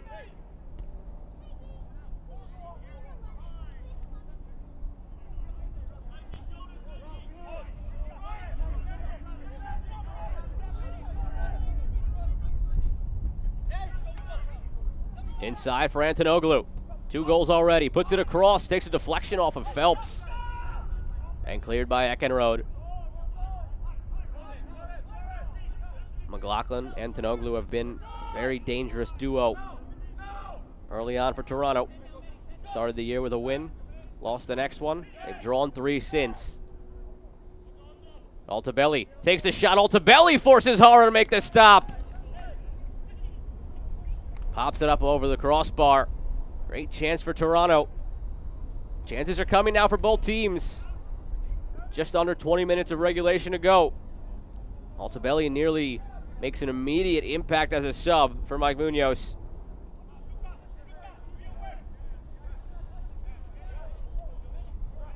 Turns into a corner.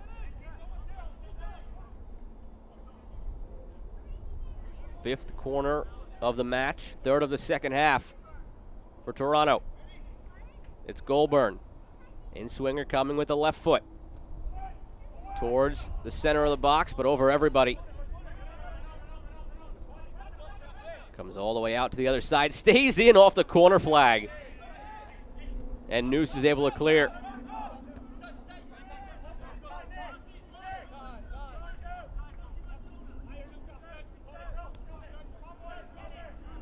Both teams with 5 corners. Neither team able to cash in. Tormenta had a couple of good opportunities in the first half on corners. 4 of their 5 came in the first half. 3 of Toronto's 5 in the second half. Good ball into McLaughlin. Shot blocked. Sliding in Eckenrode. Thompson looking to create space. Floats it in towards McLaughlin again, but it's Phelps this time who deals with it. Third ball put in. This time it's Thorne who clears. Fourth ball put in to the backside for Thompson. This one gets to Hara. 3 different players make 3 different clears, and then finally on the 4th try, it's in the arms of Pablo Hara. Petrasso floated it to Thompson.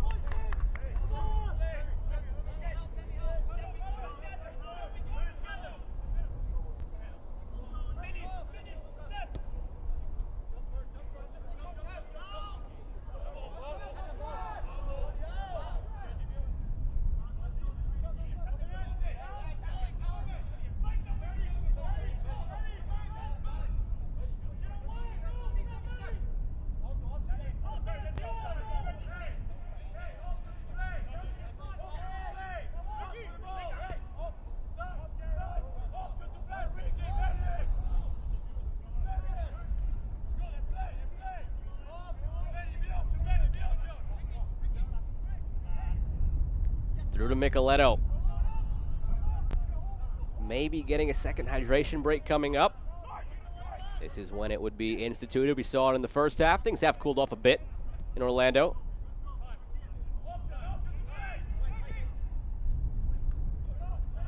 That ball over the head of Micheletto. Quickly the other way. Thompson looking for McLaughlin. Phelps denies it. I'm told there'll be no hydration break here in this second half. Last year it was mandatory. This year it's not. You could see the corner flags whipping. You could hear it a bit, the wind, as the sun has gone down at Osceola Heritage Park. Joe Malfa here with you this evening on ESPN Plus. Quarter hour to go. Scoreless between these two sides. But this game opening up now in the late stages of the second half. That's a bad mistake from Silva. But good recovery from Politz. Micheletto just took that right off the throw.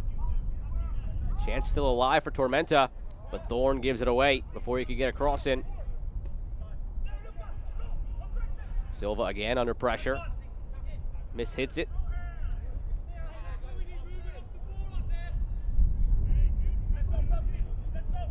Tormenta coming off a 1-0 victory over Chattanooga. It stopped a 4-game losing skid.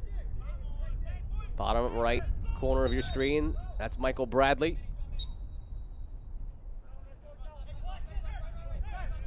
With Toronto FC 2 back in Orlando. Coaching staff and players out here to support the League One squad tonight. And Michael Bradley watches as a foul is called here. Opportunity to get a free kick whipped in from a dangerous area for Tormenta.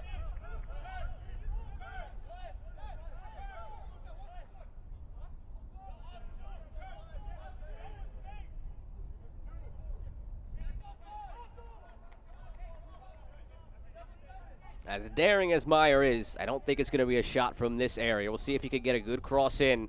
Plenty of targets to pick out in the middle. All 3 center backs forward. Noose, Eckenrode, Phelps.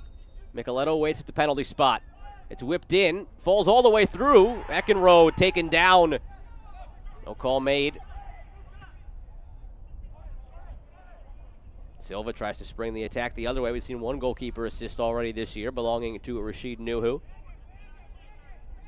That one snuffed out by the Tormenta back line.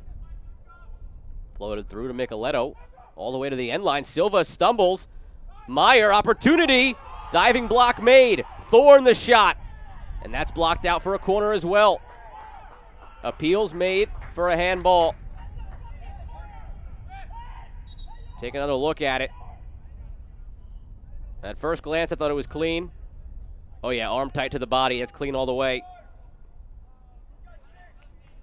And there's that deflection again from Politz, out for a corner kick.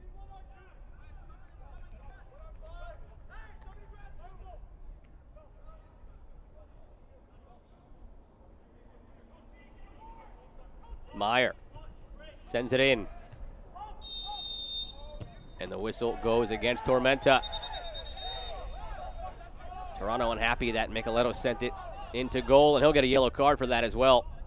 Dozen minutes to go of the 90, plus whatever stoppage time has in store. Unlike the first half where we only had the 2 minutes because of the hydration break, a pretty clean first half in terms of stoppages. We've had a handful of stoppages here in this second half. Lengthy stoppages for some free kicks, a couple of injuries. We'll see where stoppage time ends up. Ladies and gentlemen, 11 and a half more to go of the 90, though, before we get to that point. All the way back to Silva. Bad touch, but the confidence to slip that past Meyer. That's a mixture of fear and confidence there, with Meyer coming in after a poor touch, but the second touch looked like a center forward instead of a goalkeeper to get it by.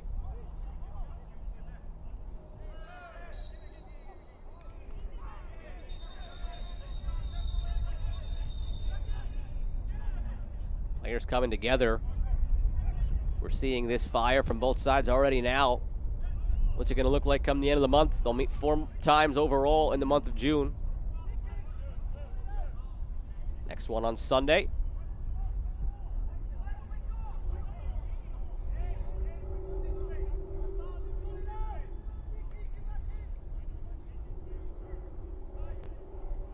Possession in the second half, mimicking in the first, just about 60-40 in favor of Toronto. Shots, same thing, mimicking the first, 6 shots for Toronto. 3 shots for Tormenta. Tormenta had 4 shots in the first half, now 3 in the second. 6 shots in each half for Toronto.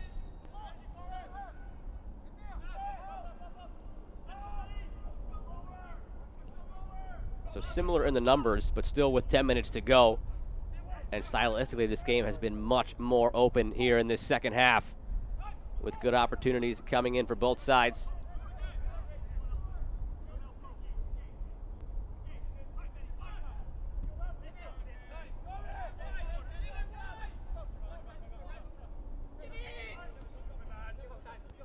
Thorne pivots, goes back with it.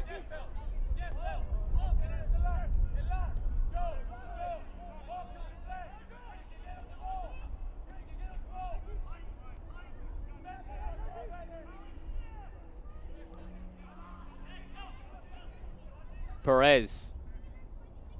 Nice spin move to the end line. Perez in the box. Shouts for penalty. Clean, says the official.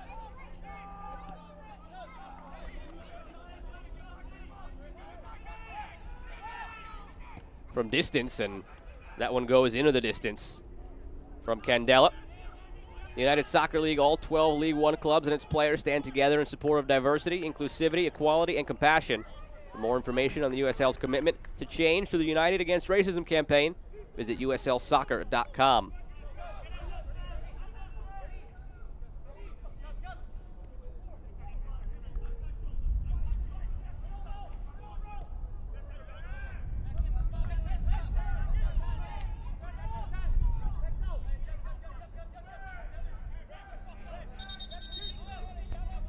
And on uslsoccer.com, you could also find some information on the W League. For the W, the USL recently announced the formation of the USL W League, providing increased equity and opportunity for women looking to pursue careers in soccer, both on and off the pitch. Comprised of clubs from across the Championship, League One, League Two, and new expansion markets, the W League is set to begin play in 2022 in more than 30 communities across the United States. Head over to uslwleague.com to learn more.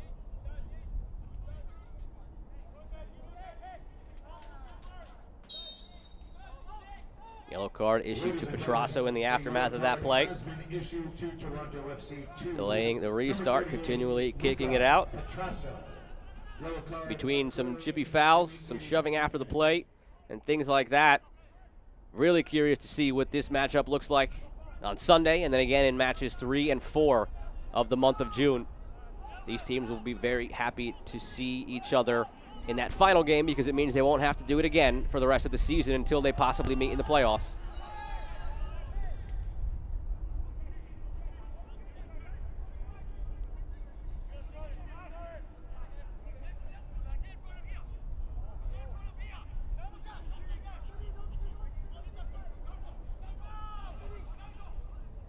All the way back to Silva. The back passes have been dangerous. He's been put in some dicey spots.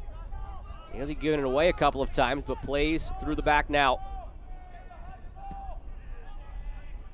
That high pressure from Tormenta, a byproduct of this formation they're running. It's giving Toronto some troubles now getting out of their own half, and again, Gomez coming in for it. A couple of subs being prepared for either team.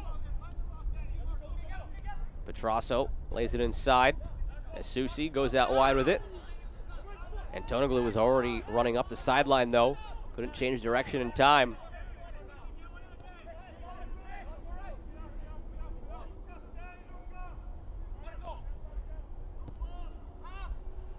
Dante Campbell, Niall Higgins waiting to check in for Toronto. They've already used 3 subs. Those will be the final 2.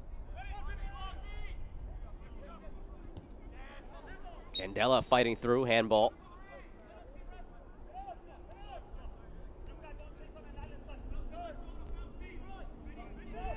Campbell and Higgins, both defenders. Toronto may be looking to get some fresh legs on the back line with the pressure they've been under so far from Tormenta now down the stretch. Petrasso all the way across from one outside back to the other. It's Goldburn now on the right side from distance to strike into the chest of Hara.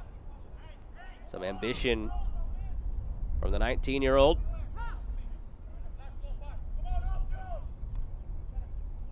But it might take a moment like that, moment of brilliance for either side, to get that winner if there is one in this game. Perez, some space, picks his head up, but didn't pull the trigger on a pass over to Meyer or Micheletto, and now it's all the way out for a goal kick.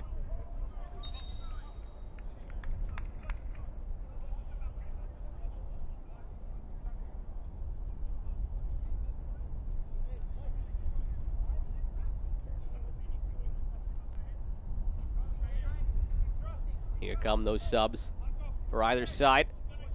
It's Campbell in for a Susi. Ladies and gentlemen, substitutions for Toronto FC2 occurring in the 86th minute. Leaving the game, number 35, Madai Associ. He's replaced by number 38. And then Niall Higgins checking in for Garrett McLaughlin. 2 very interesting subs then in the end. Mentioned it was 2 defenders coming on. Munoz lifts a central midfielder and a striker.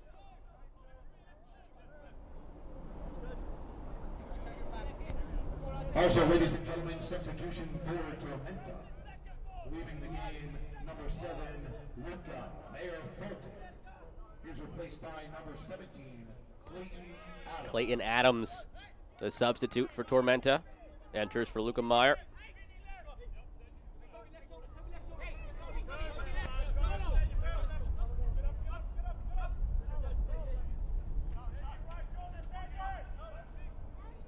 So a couple more to be made for Tormenta if Ian Cameron chooses.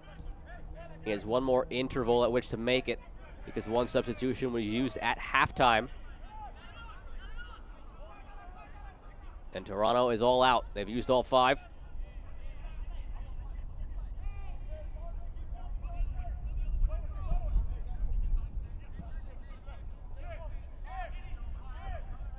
North Carolina and Richmond. In Richmond, played to the only scoreless draw so far this season. Here we are beginning week 10. So fans, you can't complain about any inaction. Only 1 scoreless draw through 9 weeks, but possibly on the verge of the 2nd of the season here. Not if Curtis Thorne has anything to say about it. End line in front. We're not going to have that scoreless draw tonight. Micheletto goes ahead with a 1-0 lead for Tormenta.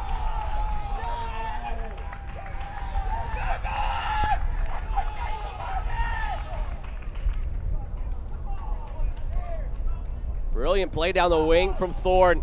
And that's exactly as Cameron has drawn it up for this Tormenta squad. He wants those balls coming in from the wing. Curtis Thorne on the right, Nick O'Callaghan on the left. It's won by Perez. He finds Thorne, and Thorne finds Micheletto for the tap-in.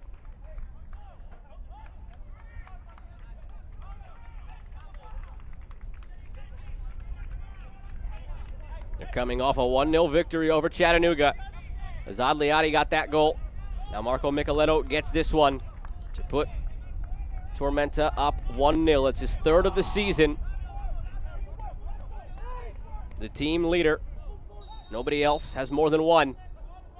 It comes in the 88th minute, and it could give Tormenta the 3 points.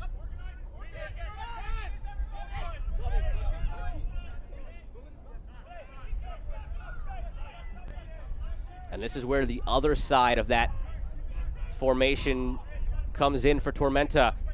The variability within it. They could pretty much shift into a 7-2-1 right now to see this one across the finish line.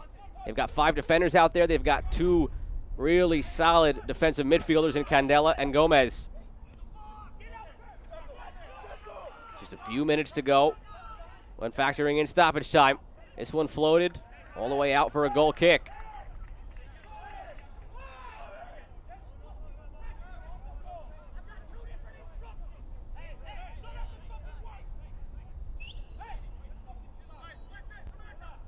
In minute 90. First of 4 meetings this month between these teams. They'll meet again on Sunday, and this could be massive for the confidence of Tormenta heading into those matches. They lost 4 in a row. They beat Chattanooga this past week. Now a chance to begin a winning streak and climb to 3-6-0 after a rough start to the season, plagued by some injuries.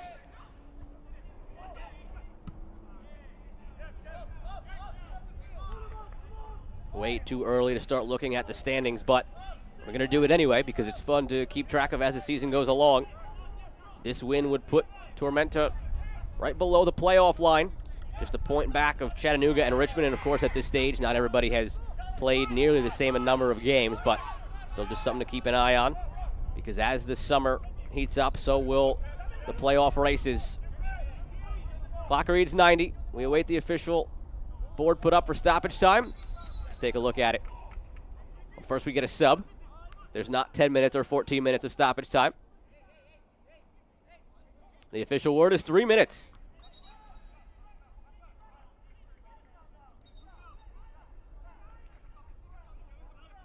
Craig McCall enters for Micheletto, who may exit with the winner if his teammates can survive for another 2.5 minutes. Ladies and gentlemen, substitution for Tormenta occurring in added time, leaving the game, number 10, Marco Micheletto. Floated over the top again, looking for Petrasso towards Hara, and he'll just watch that into the side netting.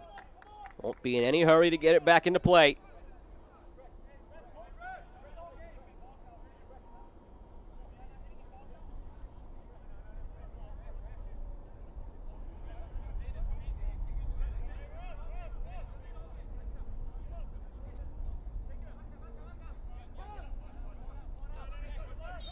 This game has taken on an entirely different identity in the second half as compared to the first. First half had 10 combined shots between the teams. Second half has 14.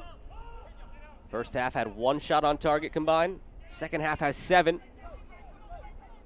First half was scoreless. Second half has a goal. It belongs to South Georgia. And now 90 seconds away, give or take a few depending on when that final whistle is blown by Alejo Kalum. And they'll get the 3 points. Strong challenge put in by McCall, newly inserted, and earns the foul. Chance for Tormenta to kill some more time off the clock.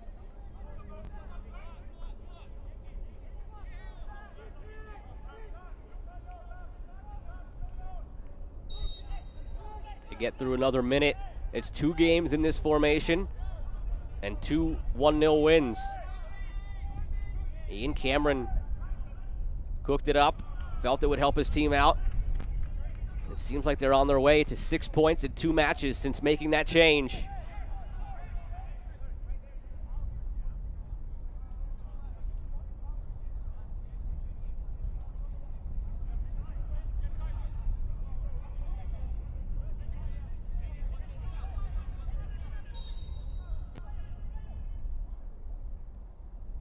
In the corner. Perez earned another throw. Chance to kill some more time.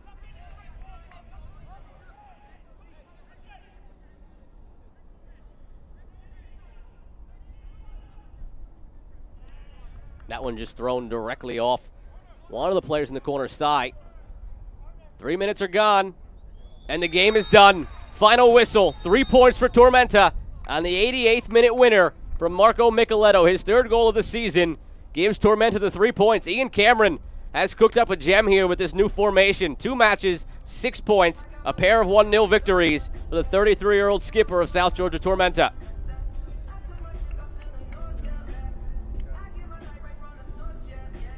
A tight game early on, started to open up late in the second half. Chess match between Ian Cameron and Mike Munoz, the 2 head coaches. And it's Micheletto in the 88th minute who breaks through. We were on the verge of our second 0-0 draw of the season through 9 weeks. But South Georgia and Marco Micheletto had other plans. They get the winner, they get the 3 points, and they start a little bit of a winning streak here after a 4-game losing skid. They've now won 2 in a row. Back in a moment with final highlights and stats to wrap this one up from Osceola Heritage Park.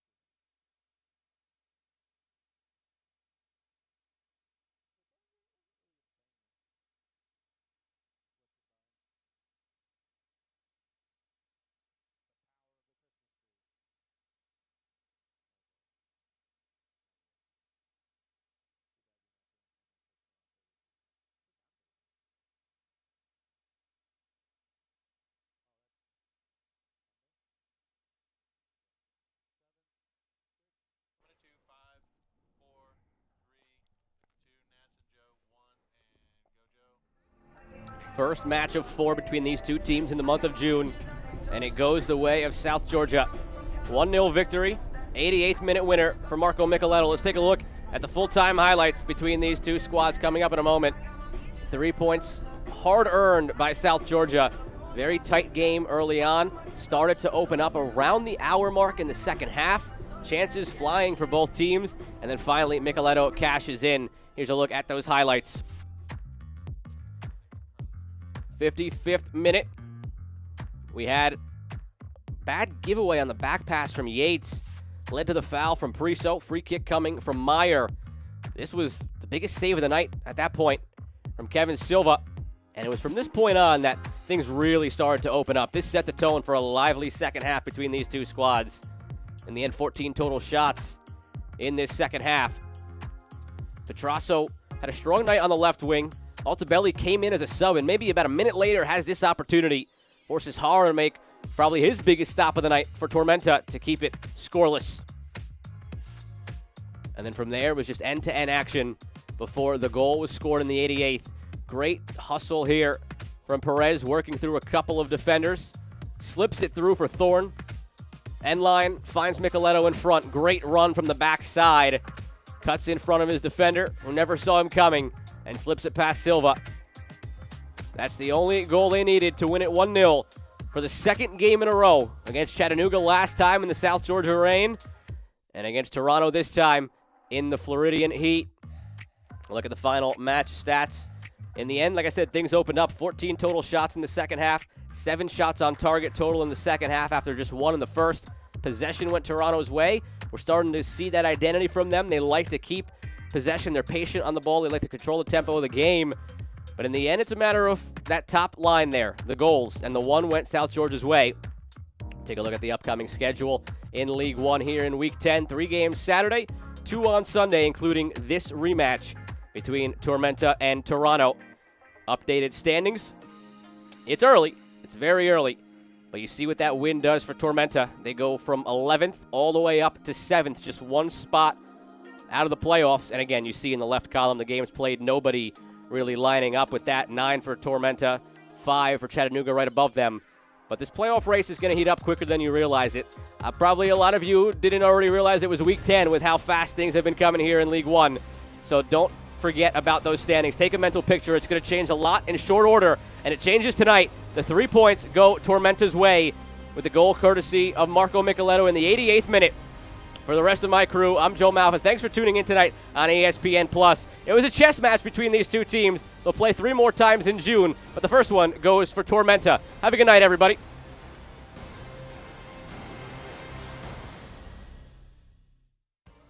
This copyrighted telecast of the United Soccer League League One cannot be retransmitted, rebroadcast, or reproduced without the expressed written consent of the United Soccer League League One.